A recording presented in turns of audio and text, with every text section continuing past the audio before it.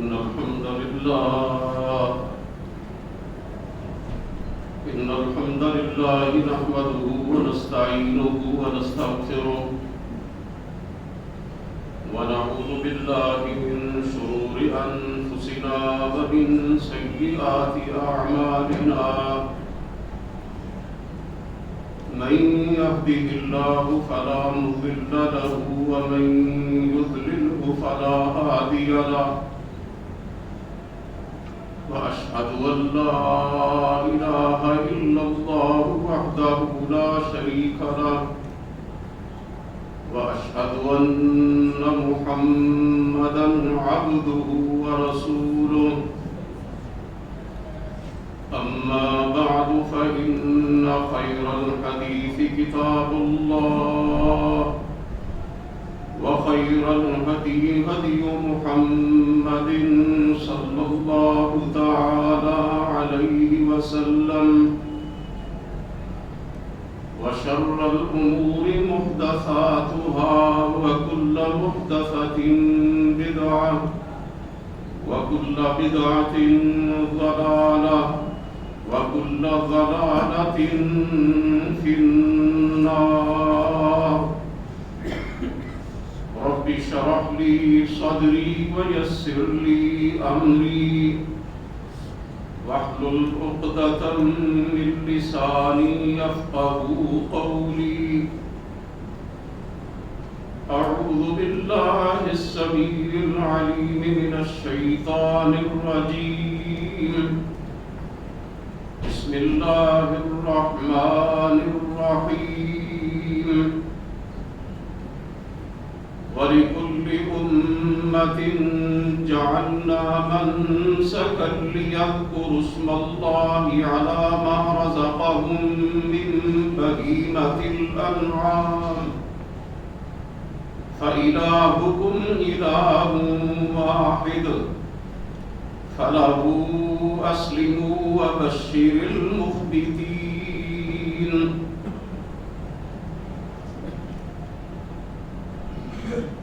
سب تعریفیں اللہ رب العالمین کے لیے ہیں، بے شمار درود و سلام نبی اقدس حضرت محمد الرسول اللہ صلی اللہ علیہ وآلہ وسلم کی ذات گرامی پر،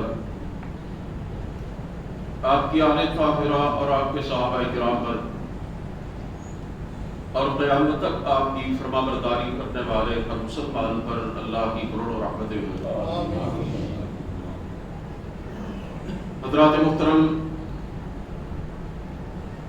اللہ رب العزت کے بابرکت کلام میں سے جو آیت مبارکہ ابھی میں نے آپ کے سامنے تلاوت کرنے کی سعادت حاصل کی ہے،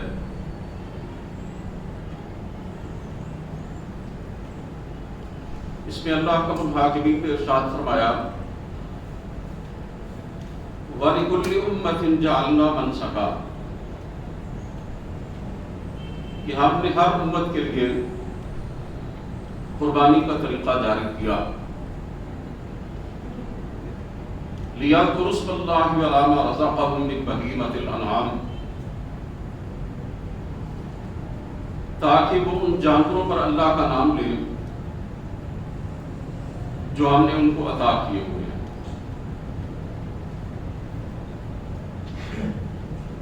قرآن کریم کے الفاظ سے پتہ چلتا ہے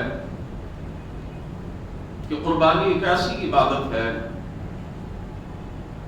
جو ہر امت کے لیے مشروع رہی ہے۔ ہر امت کے اندر قربانی کی عبادت موجود رہی ہے، اور اس کا مقصد یہ ہے کہ اللہ تعالیٰ نے جو جانور عطا فرمائے ہیں ان کو اس کا نام لے کر ذبح کیا جائے اور اس کے نام پر اس کی رضا کے لیے ان کو قربان کیا جائے۔ اس قربانی کا مقصد اللہ کی توحید ہے۔ اللہ فرماتے ہیں فَإِلَٰهُكُمْ إِلَٰهٌ وَاحِدٌ، تو تمہارا معبود ایک ہی معبود ہے۔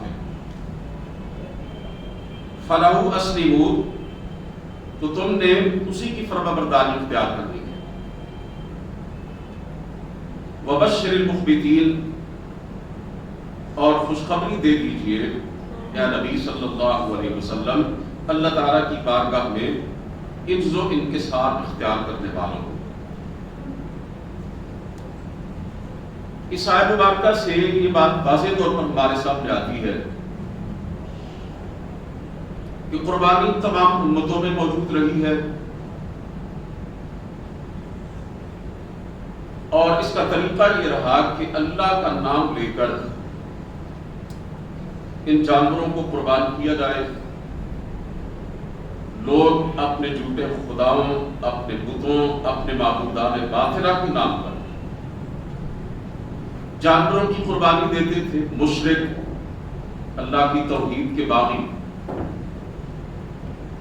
لیکن اہل ایمان کو یہ بتلایا گیا کہ تم نے اسی رب کے نام پر ان جانوروں کو قربان کرنا ہے جس نے ان کو پیدا کرنا ہے۔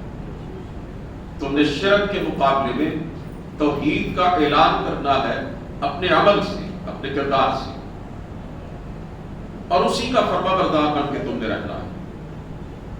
یعنی قربانی کا مقصد یہ ہے کہ اہل ایمان کے دلوں میں اللہ رب العزت کی اطاعت اور بندگی کا جذبہ پیدا ہو،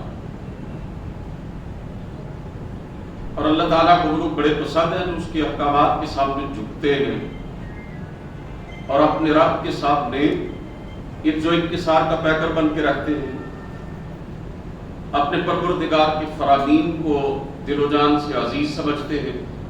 فرمایا وبشر المخبتین، ایسے لوگوں کو جو اللہ کے احکامات اور ارشادات کے سامنے سر تسلیم خم کر دیتے ہیں، ان کے لیے تو بشارت ہے، خوشخبری۔ عزیزان محترم، حضرت ابراہیم علیہ السلام کی سیرت کے حوالے سے گزشتہ خطبہ جمعۃ المبارک میں کچھ باتیں آپ کے سامنے پیش کی گئی تھی۔ آج ان کی حیات مبارکہ کا جو سب سے بڑا اور نمایاں پہلو ہے، اور جو تاریخ انسانی کا ایک عظیم واقعہ ہے قربانی کا، اس کے بارے میں چند باتیں عرض کرنا چاہتا ہوں، اور اس سے جو رہنمائی کے پہلو ہمارے لیے نکلتے ہیں ان کے پس منظر میں چند معلومات آپ کے سامنے رکھنا چاہتا ہوں۔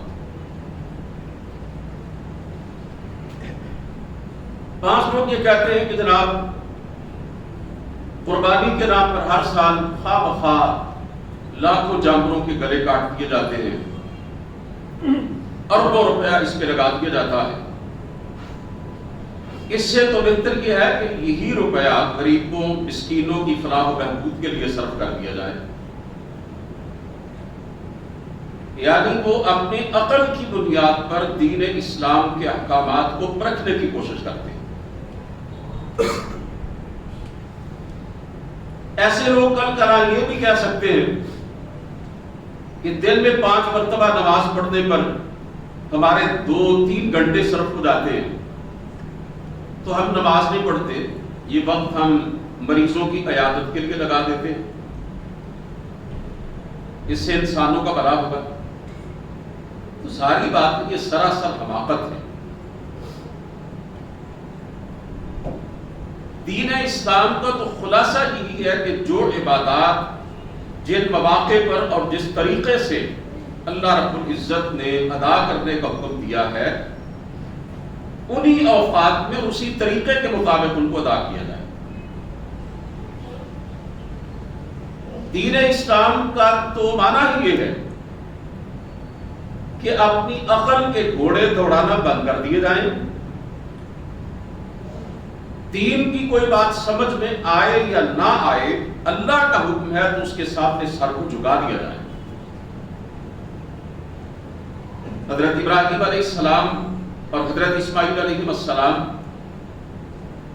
دونوں باپ بیٹا جو قربانی کا عملی مظاہرہ ہمارے سامنے پیش کرتے ہیں، اس کا تو فلسفہ ہی یہی ہے اور اس سے یہی تو نتیجہ نکلتا ہے کہ اللہ رب العزت کے احکامات کے معاملے میں اپنی عقل کو استعمال نہیں کرنا چاہیے، عقل کے گھوڑے کہیں بیچ کے بندہ آئے اور پھر دین کے دائرے کے اندر قدم رکھے۔ اس نے حضرت ابراہیم علیہ السلام کو اللہ تعالیٰ نے حکم دیا کہ اپنے بیٹے کا گلا کاٹ دو، تو عقل کے کسی معیار پر یہ حکم پورا اترتا ہے؟ کسی بھی زاویے سے آپ دیکھ لیں، عقل کے کسی ترازو میں اس کو تولا جا سکتا ہے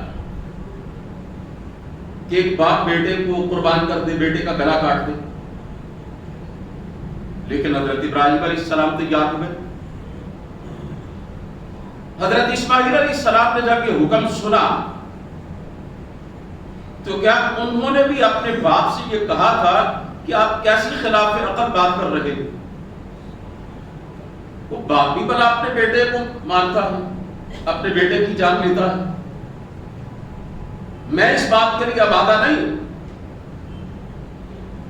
اس کے بجائے حضرت اسماعیل علیہ السلام نے بھی اپنے والد گرامی سے جب اللہ کا حکم سنا تو اس کے سامنے گردن ڈال دی، اپنے آپ کو قربان ہونے کے لیے پیش کر دیا۔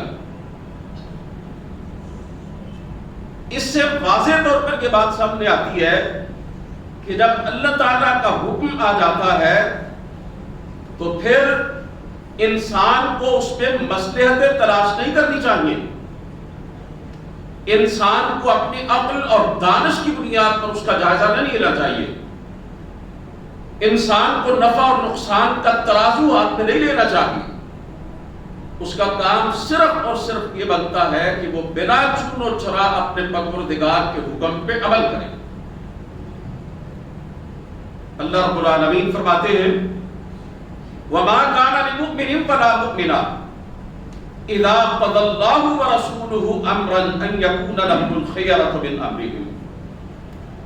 کسی مومن مرد اور مومن عورت کو اس بات کا اختیار نہیں ہے، ان کے لیے اس بات کی گنجائش ہی نہیں ہے کہ جب کسی معاملے میں اللہ اور اس کا رسول کوئی فیصلہ کر دے تو پھر اپنے اس معاملے میں وہ اپنی مرضی بھی چلا سکے اور اپنی خواہش کا بھی کوئی عمل دخل اس معاملے کے اندر باقی رکھے۔ اللہ فرماتے ہیں جس نے ایمان کا دعویٰ کیا ہے اسے اپنے اختیارات سے، اپنی مرضی سے، اپنی منشا سے، اپنے جذبات سے، اپنے احساسات سے، اپنی خواہشات سے، اپنے میلانات سے دستبردار ہونا ہوگا۔ اسلام کا تو معنی ہی یہ ہے کہ بندہ اپنی مرضی اور منشا کو اپنے رب کے سپرد کر دے۔ سرکار دو عالم صلی اللہ علیہ وسلم کی بڑی معروف حدیث مبارکہ لا یؤمن احدکم حتی یکون ہواہ تبعا لما جئت بہ، فرمایا تم میں سے کوئی اس وقت تک مومن نہیں ہو سکتا جب تک اس کی خواہش اس تعلیم، اس شریعت کے مطابق نہ بن جائے جو میں لے کر آیا۔ حضرت ابراہیم علیہ السلام اور اسماعیل علیہ السلام کی قربانی کا جو واقعہ ہے وہ قرآن کریم کے اندر بڑی تفصیل سے بیان کیا گیا۔ اگر اللہ رب العزت صرف اتنا ہی بتا دیتے کہ ہم نے ابراہیم کو یہ حکم دیا تھا کہ اپنے بیٹے کو قربان کر دے اور اس نے قربان کر کے دکھا دیا اور بیٹا بھی ہماری راہ میں کٹنے پر تیار ہو گیا، تو اتنا بتلا دینا بھی کافی تھا۔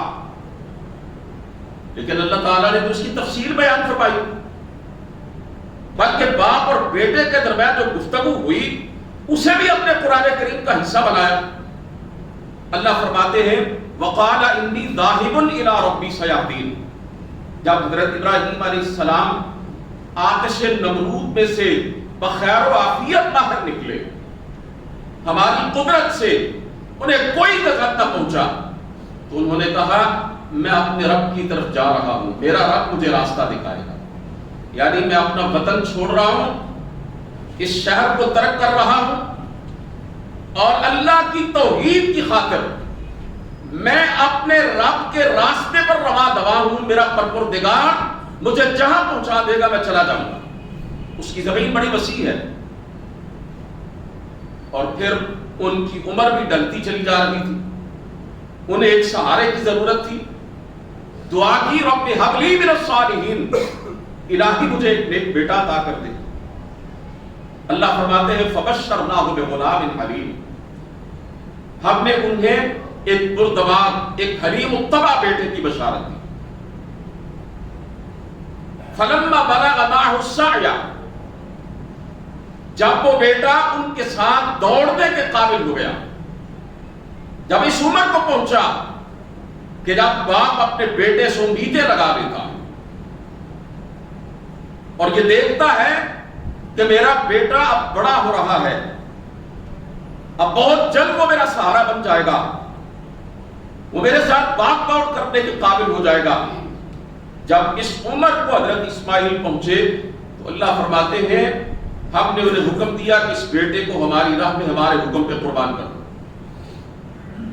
قال یا بنی انی اری فی المنام انی اذبحک،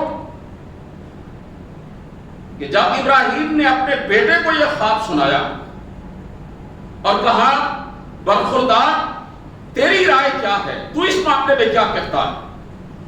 قال یا ابت افعل ما تؤمر، تو بیٹے نے کہا ابا جان میں نے کیا کہنا ہے، جو حکم آپ کو دیا جا رہا ہے آپ اس پہ عمل کیجئے، آپ اس کو کر گزریے۔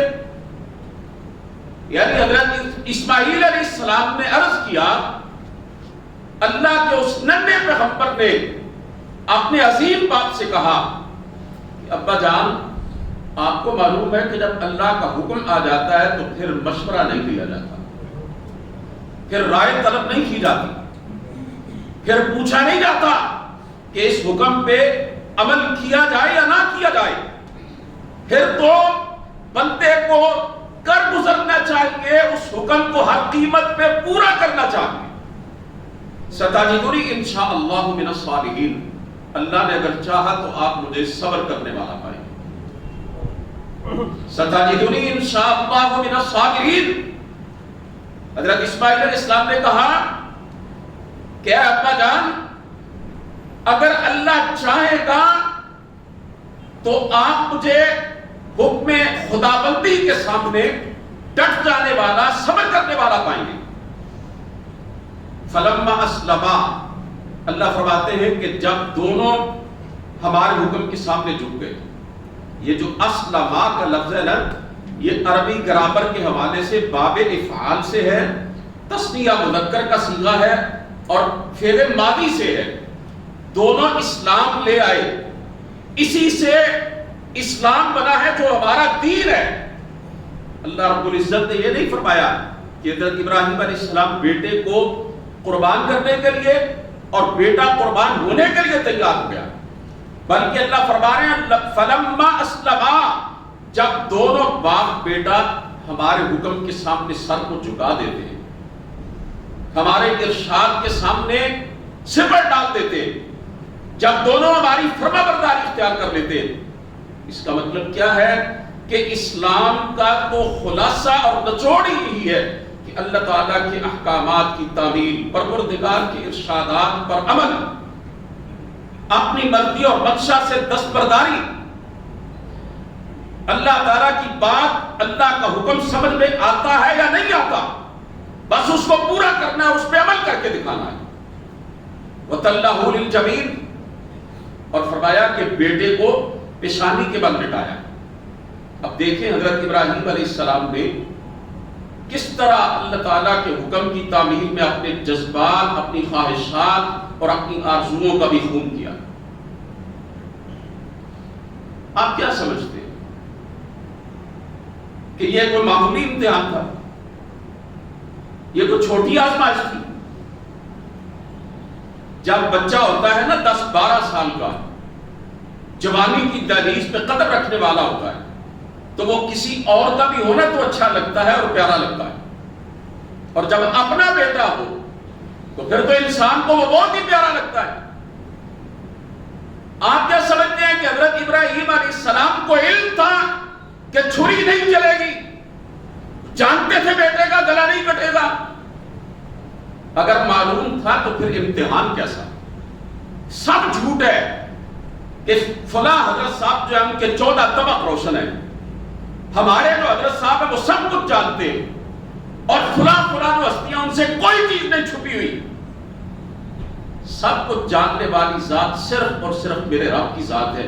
یہی ابراہیم ہے نا کہ جن کے سامنے انسانی شکل میں فرشتے آئے تھے اور انہوں نے گناہ ہوا بچڑا ان کے سامنے رکھا تھا تو فرشتے کھاتے نہیں تھے، ہاتھ ہی نہیں بڑھاتے تھے اس کی طرف۔ حضرت ابراہیم علیہ السلام ڈر گئے کہ اس زمانے میں اگر کوئی کسی کے گھر سے کھاتا نہیں تھا تو سمجھا جاتا تھا یہ نقصان پہنچانے آیا۔ تو فرشتوں نے حضرت ابراہیم علیہ السلام کا یہ خدشہ پاپا اور کہنے لگے لا تخف، ڈرنے کی ضرورت نہیں ہے، اے اللہ کے نبی ہم دیکھنے میں انسان ہیں، انسانی شکل میں اللہ نے ہمیں بھیجا ہے، ہم فرشتے ہیں اور آپ جانتے ہیں فرشتے کھاتے پیتے نہیں ہیں۔ حضرت ابراہیم علیہ السلام جیسا جلیل القدر پیغمبر اپنے گھر میں فرشتوں کو انسانی شکل میں دیکھتا ہے، اسے علم نہیں ہوتا کہ یہ انسان نہیں فرشتے ہیں۔ اس ابراہیم کو یہ معلوم تھا بنا کہ بیٹے کا گلا کاٹوں گا تو نہیں کٹے گا؟ اگر معلوم تھا تو پھر اس میں امتحان کیسا ہے، پھر اس میں آزمائش کیسی ہے؟ حضرت ابراہیم علیہ السلام نے تو اپنے رب کے حکم کو سنا تو سرے منہ سے انحراف نہ کیا۔ بیٹا کتنا پیارا ہوگا، کتنا حسین و جمیل ہوگا۔ اللہ کا ہر نبی اپنے دور کا سب سے خوبصورت انسان ہوتا ہے۔ اللہ کے کسی نبی کی نہ عقل میں کوئی عیب ہوتا ہے نہ شکل میں کوئی عیب ہوتا ہے۔ حضرت اسماعیل کی پیشانی نور نبوت سے چمک رہی ہوگی اور جس کی نسل سے آگے چل کر پوری کائنات کے حسینوں کے حسین اور جمیلوں کے جمیل نے آنا تھا، جس کے حسن کے سامنے پوری دنیا کا حسن قربان کیا جا سکتا ہے، اس اسماعیل کی خوبصورتی کا عالم کیا ہوگا؟ کتنی محبت ہوگی اور کتنی شفقت ہوگی جناب ابراہیم علیہ السلام کے دل میں اپنے بیٹے کے لیے۔ لیکن اللہ کا حکم ہے، تقاضا ہے بندگی کا کہ اسے پورا کیا جائے۔ بیٹے کو پیشانی کے بعد گرایا اور لٹایا۔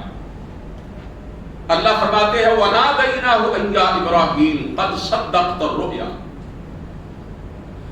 ابراہیم علیہ السلام نے چھری چلا دی۔ اللہ فرماتے ہیں ہم نے آسمانوں سے آواز دی اے ابراہیم تو نے جو تیرے بس میں تھا کر کے دکھا دیا، تو نے خواب کو سچا ثابت کر دیا، جو تجھ سے تقاضا کیا گیا تھا تو نے اس کو کما حق کو ادا کر دیا۔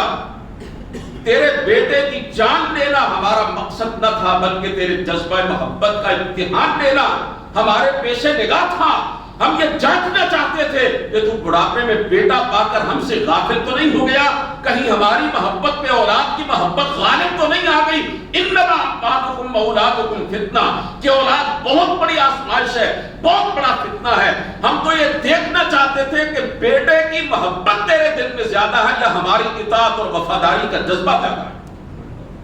وفدیناہ بذبح عظیم، اللہ فرماتے ہیں کہ ہم نے ایک عظیم ذبیحہ کے ذریعے اس کا فدیہ دے دیا۔ حضرت ابراہیم علیہ السلام دیکھتے ہیں کہ اسماعیل تو قریب کھڑے ہیں، خیر و عافیت کے ساتھ ہیں، مسکرا رہے ہیں، اور اللہ کی طرف سے آیا ہوا جانور کٹا پڑا۔ اللہ فرماتے ہیں ان ھذا لہو البلاء المبین، یہ بہت بڑی آزمائش تھی، بہت بڑا امتحان تھا۔ ذرا غور کیجیے گا ان الفاظ پر۔ طلباء امتحان دیتے ہیں نا جی، اور پیپر دے کے آ کے بعض اوقات کہتے ہیں بڑا مشکل پیپر تھا، بڑا ٹف امتحان تھا۔ امتحان دینے والے ہی کہتے ہیں کہ بڑا سخت تھا، ادھر امتحان لینے والا خود کہہ رہا بڑا سخت امتحان تھا۔ ادھر وہ پروردگار عالم جس نے حضرت ابراہیم علیہ السلام کو آزمائش میں ڈالا، ان کی کامیابی کا اعلان کرتے ہوئے وہ اللہ فرما رہا ہے کہ بہت بڑی آزمائش میں ہم نے اپنے بندے ابراہیم کو ڈالا تھا۔ وَتَرَكْنَا عَلَيْهِ فِي الْآخِرِينَ، اور فرمایا ابراہیم کے طریقے کو ہم نے بعد میں آنے والوں کے اندر چھوڑ دیا، باقی رکھا۔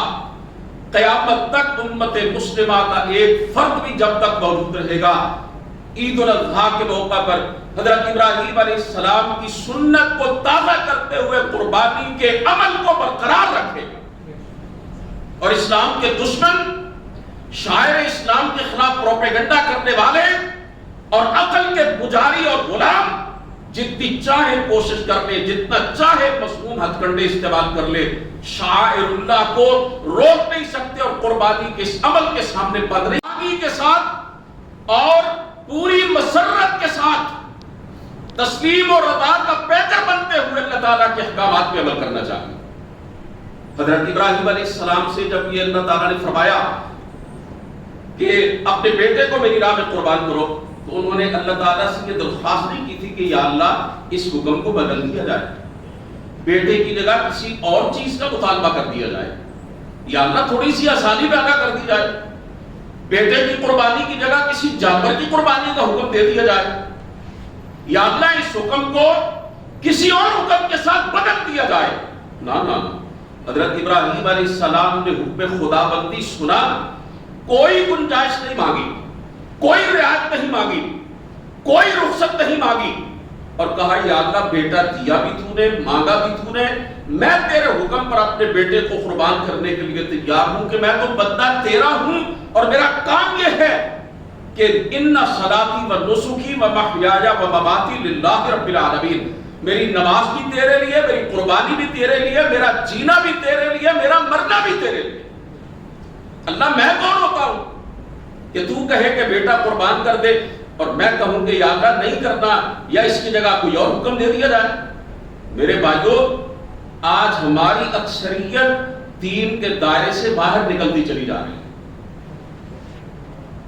ہم اپنے رب اور اپنے نبی کے احکامات کو سنتے ہیں اور سمجھتے ہیں، لیکن اپنی طرف سے ہی ہم رخصتیں تلاش کر لیتے ہیں اور گنجائشیں نکال لیتے ہیں۔ بعض اوقات ہم بمبر مجبوری دین کے احکامات پہ عمل کرتے، دل نہیں چاہتا، اور قرآن اٹھائیے، اللہ فرماتے ہیں فَلَا وَرَبِّكَ لَا يُؤْمِنُونَ، اے میرے نبی میں اس بات کی قسم اٹھاتا ہوں کہ میں تیرا رب ہوں۔ دنیا کے لوگوں کو یہ بتلا دو کہ یہ اس وقت تک مومن نہیں ہو سکتے حَتَّى يُحَكِّمُوكَ فِي مَا شَجَرَ بَيْنَهُمْ، جب تک تجھے اپنی زندگی کے تمام معاملات میں فیصلہ کرنے والا تسلیم نہیں کر لیتے۔ ثُمَّ لَا يَجِدُوا فِي أَنفُسِهِمْ حَرَجًا مِّمَّا قَضَيْتَ، اور پھر تیرے فیصلے کے سامنے اپنے دل میں کوئی تنگی محسوس نہ کریں۔ یعنی اللہ فرماتے ہیں میرے نبی تیرا حکم ہے، تیرا ارشاد ہے، تیری حدیث ہے، تیری سنت ہے، تیرے ماننے والوں کو پتہ ہے، ہمارے نبی نے یہ فرمایا ہے، تو اللہ فرماتے ہیں یہ اس وقت تک مکمل مومن نہیں بن سکتے اے میرے نبی جب تک تیرے ارشادات اور تیری احادیث کے سامنے سر تسلیم خم نہیں کر دیتے، اور تنگ دلی کے ساتھ نہیں بلکہ خوش دلی کے ساتھ جب تک تسلیم نہیں کر لیتے اور تسلیم اور رضا کا پیکر نہیں بن جاتے، اللہ فرماتے ہیں تب تک لوگوں کو بتلا دو کہ تم مومن اور مسلمان نہیں۔ حضرت ابراہیم علیہ السلام کی قربانی ہمیں یہ سکھلاتی ہے کہ اللہ کے احکامات پر، دین کی باتوں پر عمل کرنا ہے خوش دلی کے ساتھ، ناگواری کے ساتھ نہیں، بلکہ پورے ذہن اور دل کی ہم آہنگی کے ساتھ۔ میرے بھائیو ایک اور پہلو قربانی کا یہ ہے کہ ہم قربانی کا جانور خریدتے ہیں، جو بھی قربانی دینا چاہتا ہے وہ بے عیب جانور لیتا ہے، اور اسے یہ معلوم ہے عیب دار جانور کی قربانی اللہ تعالیٰ کے یہاں قبول نہیں ہوگی۔ تو قربانی کا یہ عمل اور قربانی کا یہ جانور زبان حال سے قربانی کرنے والے کو کہتا ہے کہ تو نے مجھے چند پیسوں سے خریدا اور مجھے اچھی طرح دیکھا بھالا کہ میرے اندر کوئی عیب تو نہیں، میں بے عیب ہوں، کہ اگر عیب دار ہوتا اللہ کی بارگاہ میں قبول نہ ہوتا۔ ذرا غور کر، میرے اندر ایک عیب بھی ہوتا میری قربانی نہ لگتی۔ تو قربانی دے رہا ہے، ذرا غور کر تیرے اندر کتنے عیب ہیں، کیا تیرا رب تجھے اپنی بارگاہ میں قبول کر لے گا؟ تیری روح پہ کتنے داغ ہیں؟ تو نماز نہیں پڑھتا، تو زکوٰۃ نہیں دیتا، تو روزے بھی چھوڑتا ہے، تو حرام کھاتا ہے، تو اللہ تعالیٰ کا باغی اور نافرمان ہے، تو گناہوں کی دلدل میں لتڑا ہوا ہے، تیرے اندر پتہ نہیں کتنے عیب اور نقص ہیں۔ بے عیب جانور اللہ کے ہاں لگتا ہے تو عیب دار آدمی جو ہے وہ اللہ تعالیٰ کے ہاں درجہ قبولیت کو کیسے پہنچ سکتا ہے؟ یہ بھی قربانی کا ایک تصور ہے جو ہمارے سامنے ابھر کے آتا ہے۔ اسی طرح میرے عزیزوں یہ بات بھی یاد رکھیے کہ جانور کے گلے پہ چھری چلانا کافی نہیں ہے۔ جب تک بندہ اپنی خواہشات کے گلے پہ چھری نہ چلائے تب تک بات نہیں بنتی۔ قرآن کریم کی یہ معروف آیات ہے، اور جانور کی قربانی دینے سے پہلے جو صاحب فہم لوگ ہیں وہ ان آیات کو پڑھتے ہیں، ان صلاتی و نسکی و محیایا و مماتی للہ رب العالمین، میری نماز اللہ کے لیے، میری قربانی اللہ کے لیے۔ یہ تو ہمیں سمجھ میں آ گیا نا کہ نماز پڑھنی ہے اللہ کے لیے، قربانی کرنی ہے اللہ کے لیے۔ آگے دو الفاظ اور ہیں، وَمَحْيَايَ وَمَمَاتِي لِلَّهِ رَبِّ الْعَالَمِينَ، میری زندگی بھی اللہ کے لیے اور میری موت بھی اللہ کے لیے۔ اس کا مطلب کیا ہے؟ اس کا مطلب یہی ہے کہ یا اللہ میں تیرے حکم پہ جانور قربان کر رہا ہوں، اور میں صرف یہی ایک تیرا قربانی کا حکم نہیں مانتا، اللہ میں تیرے تمام احکامات کو مانتا ہوں۔ میری پوری کی پوری زندگی کے اندر اگر قانون چلے گا تو الہی صرف تیرا چلے گا، میری زندگی تیرے لیے، یعنی میری زندگی کے اندر میری مرضی اور منشا کا کوئی دخل نہیں، میری خواہش اور آرزو کا کوئی دخل نہیں ہے۔ اللہ میری پوری زندگی تیرے لیے ہے کہ اس کا ایک ایک لمحہ تیری رضا کے مطابق اور تیرے احکامات کے مطابق گزاروں، اور میری موت بھی اللہ تیرے لیے، یعنی میں ساری زندگی تیری بندگی اور اطاعت کے راستے پہ گامزن رہوں گا۔ اللہ مجھے موت بھی آئے گی تو اسی حالت میں آئے گی، میں تجھ سے یہ عہد کرتا ہوں، میں تو کیا، میرا سارا مال و منال، میرا گھر بار، میرے اہل و عیال، میرے ان بلبلوں کا جاہ و جلال، میری عمر رواں کے ماہ و سال، میرا سب کچھ میرے خدا کا۔ قربانی کا یہ تصور ہمیں یہ بات ذہن نشین کرواتا ہے کہ اللہ تعالیٰ کی رضا سب سے مقدم ہے، اللہ کا حکم سب سے بڑھ کر ہے، اور اس حوالے سے دنیا کی بڑی سے بڑی اور محبوب سے محبوب چیز کو بھی رکاوٹ نہیں بننا چاہیے۔ اور ایک بندہ مومن کو اگر پوری دنیا کا مال اور دولت بھی ملتا ہو اپنے رب کی نافرمانی کی قیمت پر تو وہ اسے اپنے جوتے کی نوک پہ رکھتا ہے، اسے ٹھکرا دیتا ہے، لیکن اپنے رب کے حکم پر اور اس کے قانون پر کوئی کمپرومائز کرنے کے لیے تیار نہیں ہوتا۔ حضرات محترم، جانور قربان کرنا بڑا آسان ہے، چند ہزار روپے سے کوئی بکرا چھترا خرید کر اس کے گلے پہ چھری چلا دینا یہ بڑا آسان ہے، لیکن اللہ رب العالمین کی رضا کے لیے اور اس کی اطاعت اور بندگی کا نمونہ پیش کرنے کے لیے اپنی خواہشات سے دستبردار ہو جانا اور اپنی آرزوؤں کا خون کر لینا یہ بڑا مشکل ہے۔ میں اس کی ایک آدھ مثال آپ کے سامنے عرض کرتا ہوں۔ زندگی کے تمام معاملات میں ہمارے سامنے کئی تقاضے آتے ہیں، رشوت کا مال ہے، سود کا مال ہے، بدعنوانی کا مال ہے، بے ایمانی سے حاصل ہونے والی دولت ہے۔ نفس کیا تقاضے کرتا ہے؟ لے لو، موج کرو، مزے اڑاؤ، تیری اولاد جو ہے وہ بڑی اچھی زندگی گزارے گی، اس دولت کو جیب میں ڈالو، اچھا گھر بنا لینا، اچھی گاڑی لے لینا، اپنے گھر پہ ایئر کنڈیشنر لگوا لینا، بڑی آسائشیں اور سہولتیں تیرے لیے مہیا ہو جائیں گی۔